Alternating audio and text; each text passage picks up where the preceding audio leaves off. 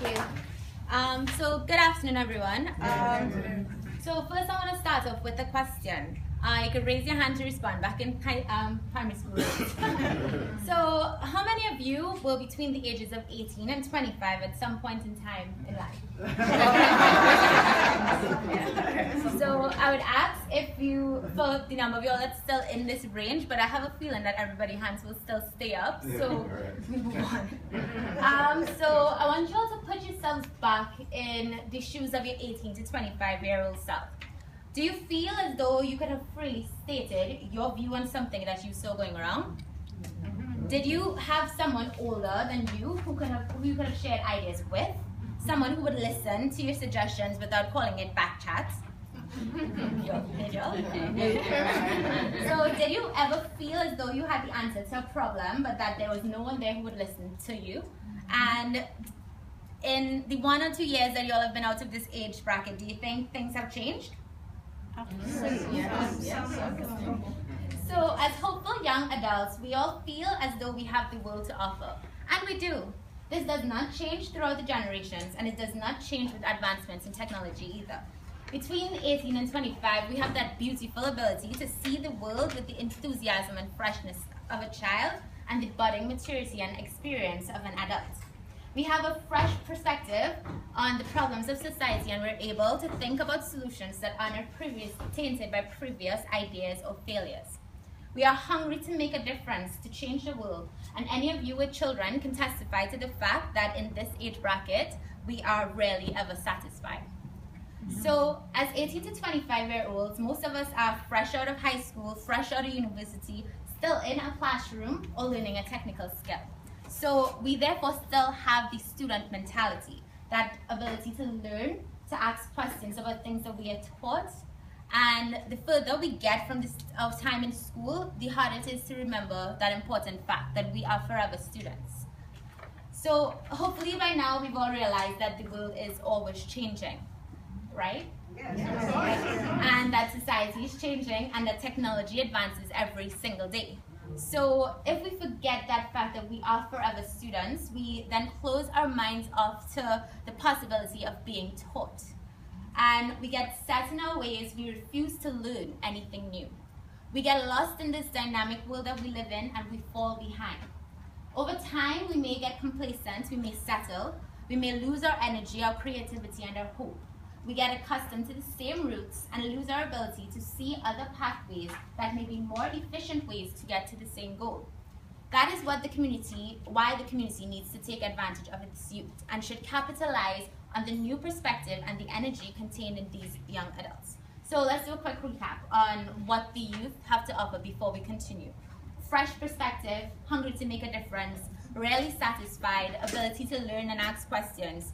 So you may be asking, where does the riper population fit in, right? So my brother and I got a lot of likes for thinking that we knew a lot more than our parents. And not just thinking, but acting like it. Especially when those consequences led to the confirmation that our parents, that we definitely did not know better than our parents. So the results of doing what we were warned against usually showed us that our parents were indeed speaking from past experiences, which gave them the ability to foresee the messes we would usually end up in. I hated those I told you so meetings the most, but it reminded us that listening to our parents would sometimes save us the trouble of failure and also the buffer that came with it. So similarly in school, my peers and I would sometimes go about doing a project or experiment without listening to the full content of our teachers' guidelines. Needless to say, it will also not go in the right direction for that. So yeah, that fresh perspective that I mentioned before, we the youth, we know about it. And a lot of times we like to automatically assume that fresh perspective is the same thing as better perspective. We have an ability to learn and ask questions, but too often we learn and ask about the facts and ignore the experiences of those before us. We are hungry to make a difference, but we waste a lot of time and resources when we go down a dead-end road instead of asking someone who has been down that road before. So what do we lack? Experience. And where can we get that from? From the more seasoned members of our community. How many of you have been a mentor or mentee before? Raise your hands, you guys. Good. So what role does the mentor play? Anyone? What role does the mentor play? Guide, okay, cool. So if you look up the definition of a mentor, you see words like experience, advisor, guide, counselor, relationship, and trust.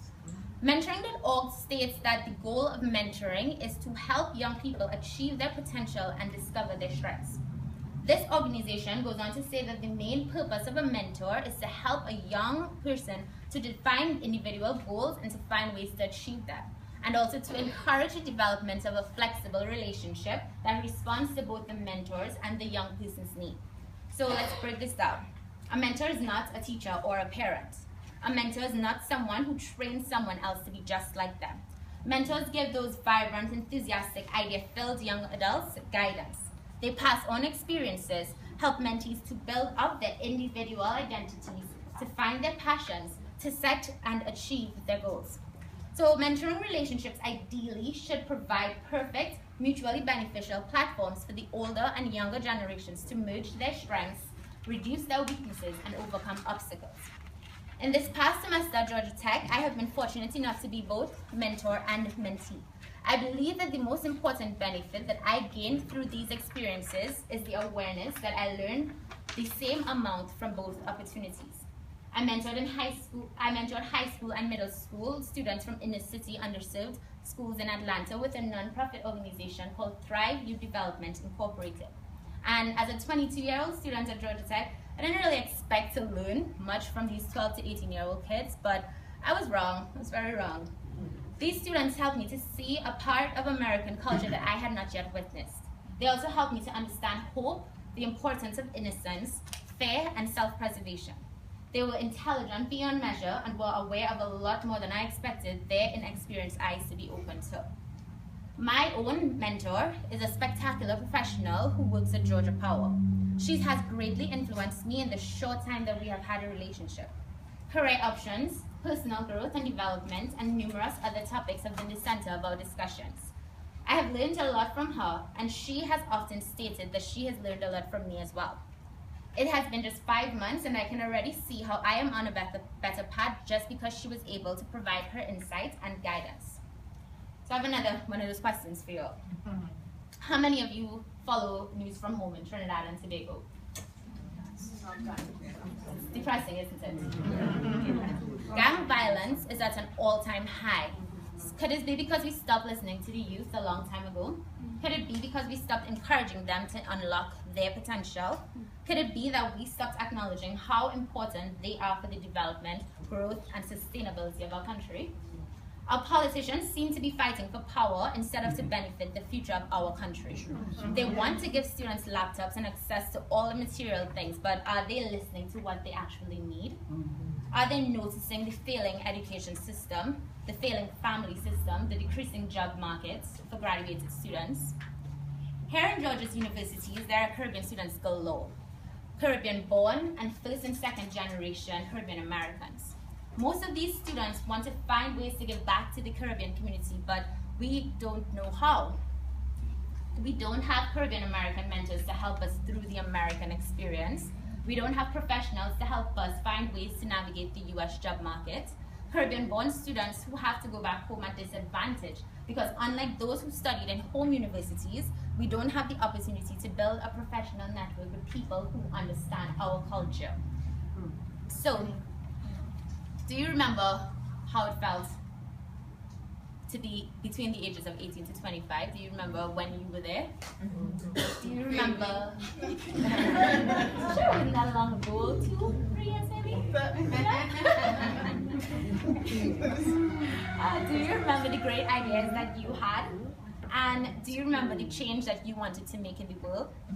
Think of how beneficial it would have been for you to have someone to help you focus those ideas, to give you direction and to care.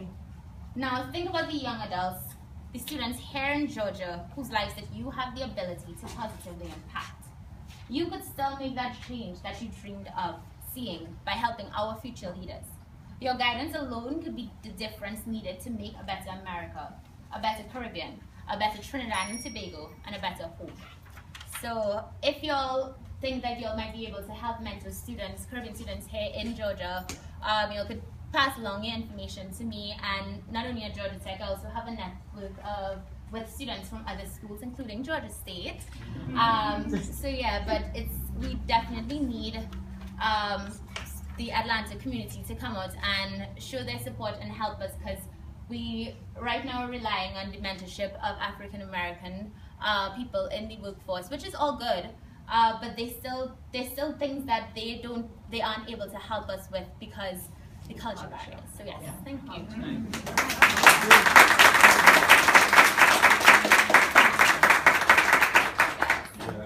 Question.